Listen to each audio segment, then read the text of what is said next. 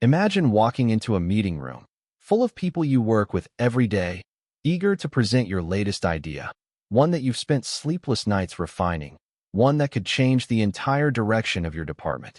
You've done the research, made sure everything is perfect, and you're ready to deliver.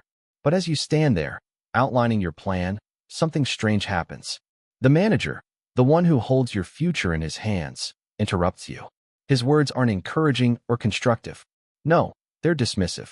He belittles your idea, brushes it aside as nothing more than a fantasy, and quickly moves on to someone else in the room, as if your presence has been reduced to nothing. How would that feel? Standing there, ignored, dismissed, all while knowing deep down that your idea could solve the very problems they've been struggling with for years? For Mark Stevens, this was more than just a moment of frustration. It was the beginning of the end. Mark had always been the quiet one in the office, the one who stayed out of the politics, the one who kept his head down and did his work. He wasn't looking for recognition. He wasn't looking for a pat on the back. He just wanted to do his job and do it well. But that all changed the day he had the idea that would transform his department. It all started innocently enough. Mark had been noticing some inefficiencies in the way his team was handling certain tasks. He saw potential for improvement, not just in terms of productivity, but also in employee morale.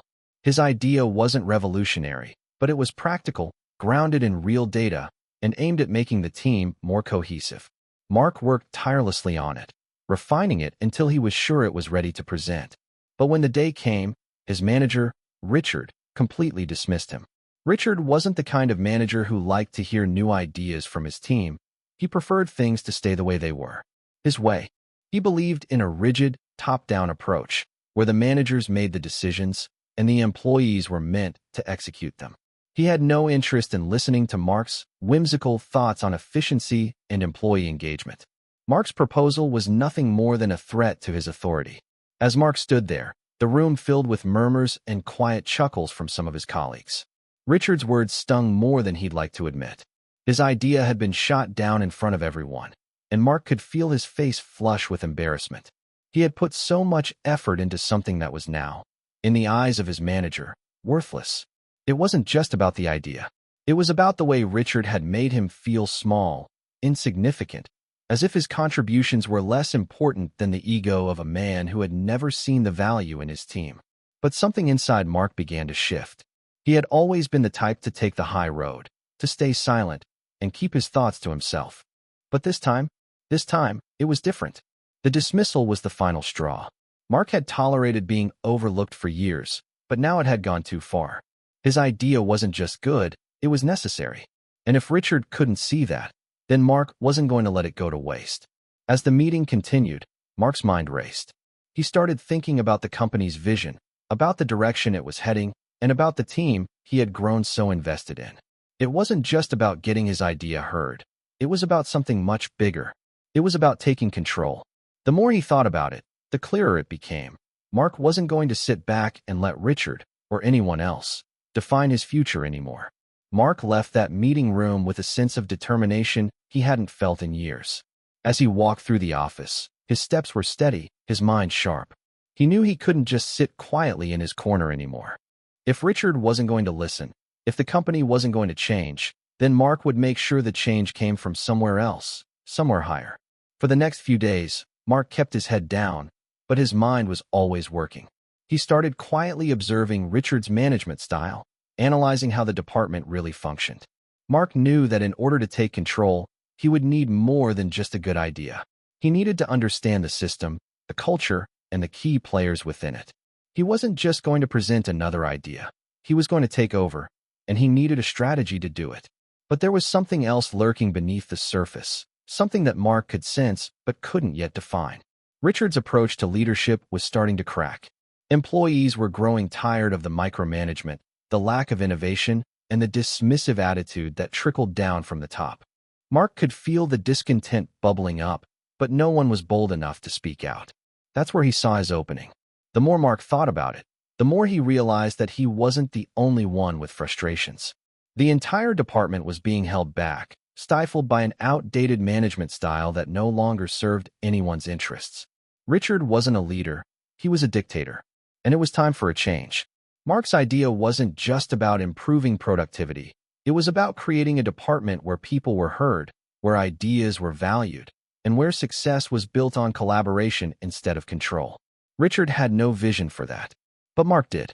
He could feel the change coming. It was a slow burn, but it was building. And Mark knew that the moment was approaching. He couldn't wait forever for Richard to make a mistake. No, this time, Mark was going to be the one to take control. Mark spent the next few weeks keeping his plans close to his chest. At the office, he still wore the face of the compliant employee, the one who did his job without fuss, always staying under the radar. But inside, his mind was constantly working, crafting a strategy that would shake everything up. As he observed Richard's management style more closely, Mark started to see just how deeply the cracks ran. Richard was a micromanager. He didn't trust anyone to make decisions. That control was killing the department's creativity. Mark knew that if he were to step into this role, he couldn't just replace Richard. He had to dismantle the very system Richard had built. He needed to change how things worked at the core. For the next few weeks, Mark made subtle moves, nothing too obvious, just enough to get people on his side. He started talking to his colleagues, one by one, asking them about their frustrations, their ideas, and their thoughts on the direction of the department. At first, they were hesitant. They had learned to keep their heads down under Richard's leadership, but Mark's quiet determination made them open up. They were tired of the endless meetings that went nowhere, tired of their ideas being ignored, tired of the constant feeling of being controlled. Mark knew this was the foundation he needed. His colleagues had no voice in the company, but they had the potential to be the driving force behind real change. All Mark needed to do was empower them. And that's exactly what he did. It wasn't just about changing the way things were done. It was about creating a new culture. Mark realized that he had a unique opportunity. Richard's leadership was rooted in fear. He was respected, but not liked. He didn't have the loyalty of his team. He had their compliance. Mark, on the other hand, could foster a culture of trust, respect, and mutual benefit. But to do that, he had to get everyone on the same page without them realizing it. One of the first things Mark did was start asking the right questions.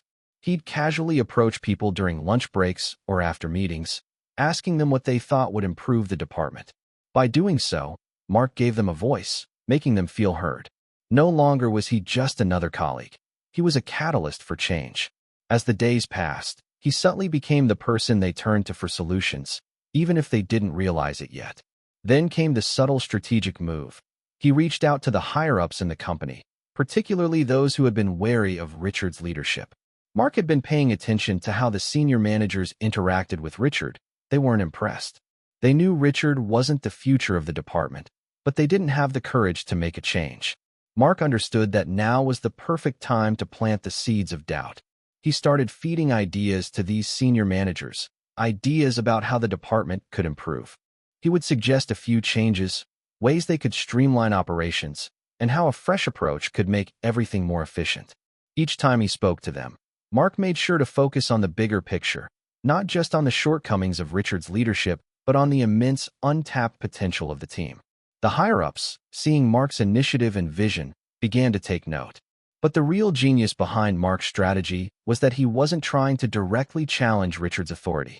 Instead, he was positioning himself as the natural alternative, the one who had the vision, the intelligence, and the trust of the team. He planted the idea that the department could perform better and that the solution was already inside the company. And then, just when everything was falling into place, Mark saw his opening. It happened during a regular departmental meeting, where Richard was once again droning on about trivial matters while avoiding the real issues. His usual technique, speaking loudly, dominating the conversation, was failing him. The team was disengaged, their attention drifting. Mark could feel the atmosphere shift as the energy in the room dropped. This was the moment he had been waiting for. Mark didn't wait for Richard to finish his tirade. He stood up calmly, walking to the front of the room. All eyes turned to him, and for the first time in weeks, Richard's face froze. Mark addressed the team, his voice steady and confident. "I know we've been stuck in this cycle for far too long. I've heard your frustrations, and I know you've got ideas that can take this department to the next level. But what we need is a change in how we operate, not just in what we're doing." Richard opened his mouth to respond, but Mark didn't give him the chance. He turned to the team, speaking directly to them. I believe in this team. I believe in all of you. I think it's time we try something new. Let's take ownership of our work. Let's build something together." The room went quiet. The message was clear, and it resonated with everyone. They had been waiting for someone to say it. The walls Richard had built around them were starting to crumble. Then, with a swift motion, Mark made his final move. He turned back to Richard, who was visibly struggling to regain control of the situation. Mark spoke slowly, making sure his words landed. "I think it's time we take a new direction. Richard, you've had your chance. We need someone who understands what this department truly needs, someone who has the trust of the team. I'm stepping up to lead." Mark didn't shout, didn't demand. He simply stated it as a fact. The room fell into a tense silence, but Mark knew the tide had already turned. His colleagues had already started nodding, their eyes wide with surprise, but also with excitement. The room had already shifted in his favor, and Mark knew that the power had now passed to him. Richard stood there, momentarily stunned. He tried to speak, but no one was listening. The decision had been made. Mark had taken control, not with anger, but with clarity, vision, and the support of his team. Mark had turned the tables in a matter of minutes, and the department would never be the same. In the days following Mark's takeover, the atmosphere in the department was electrified. Word had spread like wildfire about what had happened in that meeting. Richard, who had always been in control, had been left speechless and sidelined. Mark's calm, calculated approach had won over not just the team, but also those who had previously doubted his abilities. Now, the department was his to shape. At first, things moved quickly. Mark immediately began implementing small but impactful changes, ones that encouraged collaboration, open communication, and a sense of ownership among his team. He knew that if they were going to succeed, they needed to feel empowered. No longer would the department be a place where ideas were stifled or dismissed. It was time to create a culture where everyone's voice mattered. One of Mark's first moves was to set up weekly brainstorming sessions. During these meetings, anyone from the team could present their ideas, no matter how small they seemed. It wasn't just about improving processes, it was about building trust. Mark made sure to encourage even the quietest voices, letting them know that their ideas mattered just as much as anyone else's. The transformation was immediate. Employees who had once kept their heads down were now actively contributing. They saw that Mark truly valued their input, and that, in itself, sparked a sense of loyalty that Richard had never been able to cultivate. The department, once fragmented and disheartened, was now buzzing with excitement. Ideas flowed freely. People were motivated, and most importantly, they were starting to believe in themselves. But as Mark's influence grew, so did the resistance from the old guard. Richard's supporters, the managers who had thrived under the old, controlling system, began to whisper behind closed doors. They resented Mark's rise, and they weren't shy about making it known. Some tried to undermine his authority, others attempted to rally the team back to the way things had been. They didn't believe Mark had the experience to lead, and they couldn't understand why he had been given the power to change things so quickly. Mark knew this resistance was inevitable. He had already anticipated that the transition wouldn't be smooth. He also understood that, for some, change was a threat. But rather than fight fire with fire, Mark chose a different approach. He focused on results. He made sure that every change he implemented was backed by tangible improvements, better efficiency, more collaboration, and above all, a more engaged team. Over time, the results spoke for themselves. The department's performance began to improve. Projects that had once been stalled moved forward with newfound energy. Deadlines that were always missed were now being met with ease. As the weeks passed, the resistance from Richard's allies grew more vocal. Mark heard rumors about meetings where they discussed how to take back control and rein in his leadership. But rather than panic, Mark leaned into his strength, his understanding of the department. He knew how to build relationships, how to motivate, how to make people feel valued. These were the qualities that mattered most. Leadership wasn't about authority. It was about trust and vision. And so, Mark continued to strengthen his position. He held one-on-one meetings with each of his direct reports, listening to their concerns, understanding their aspirations, and ensuring they felt heard. He even went as far as inviting Richard's former supporters into discussions, seeking their input on the changes he was making. Slowly, Mark's strategy of inclusion and respect began to disarm his detractors. They saw that Mark wasn't there to replace them, He was there to build something better together. Then came the pivotal moment, the one that would seal Mark's place as the new leader of the department. It happened during a quarterly review with the upper management. Richard, who had once been the shining star in the company, was now awkwardly positioned in the meeting, trying to salvage his credibility. But it was Mark who stood up confidently, ready to present the department's progress under his leadership. The numbers spoke for themselves. Mark's changes had led to a significant increase in productivity, a drop in turnover, and most importantly, a newly motivated team that was eager to perform. He didn't need to say much. He let the data do the talking.